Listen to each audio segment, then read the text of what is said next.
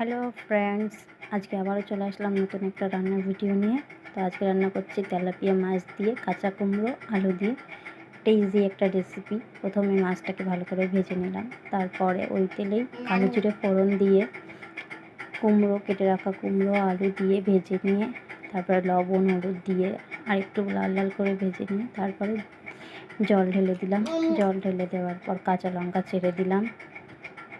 তারপরে আস্তে আস্তে তরকারি যখন ফুটবে তখন মাছটা দিয়ে ভালো করে ফুটিয়ে নিয়ে একটু জিরের গুঁড়ো দিয়ে আর একটু ফুটিয়ে নিয়ে ঝোলটা যখন যার যার পরিমাণ মতন রাখবে, যখন পরিমাণ এসে যাবে তখন নামিয়ে নেবে।